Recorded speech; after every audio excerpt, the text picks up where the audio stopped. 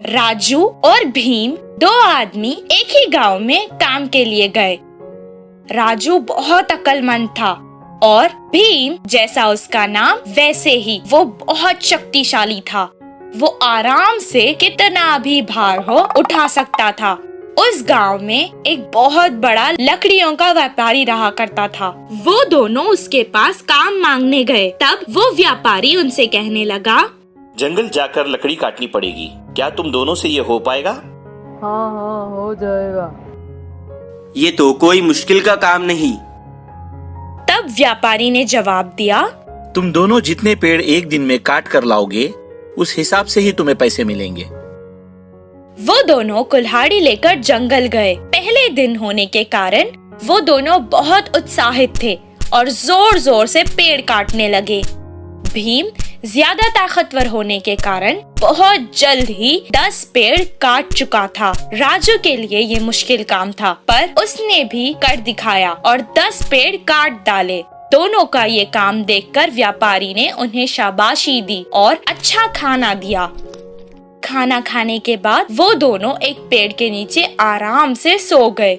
दूसरे दिन उसी उत्साह से वो दोनों फिर से जंगल गए। राजू कल की तरह आज भी 10 पेड़ काट चुका था। भीम ने सिर्फ 8 पेड़ ही काटे थे।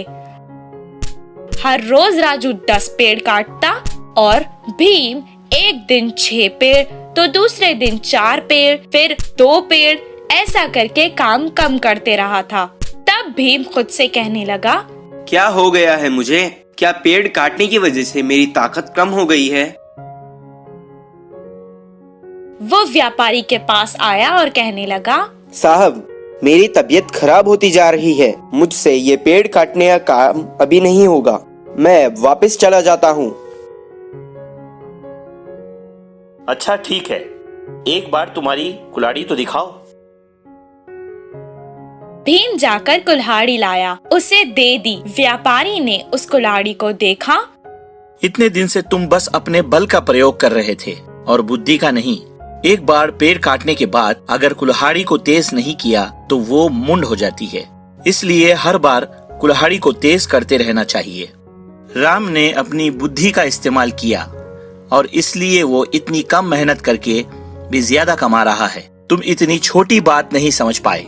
देखो भीम, हमें बल के साथ साथ अपनी बुद्धि का भी इस्तेमाल करना चाहिए। भीम को अपनी गलती समझ आ गई और वो अगले दिन अपनी कुल्हाड़ी को तेज करके अपने साथ जंगल ले गया। जैसे पहले दिन उत्साह से उसने पेड़ काटे, उतने ही उत्साह से उस दिन भी काम करने लगा। बुद्धिमान राम की तरह उसने भी बुद्धि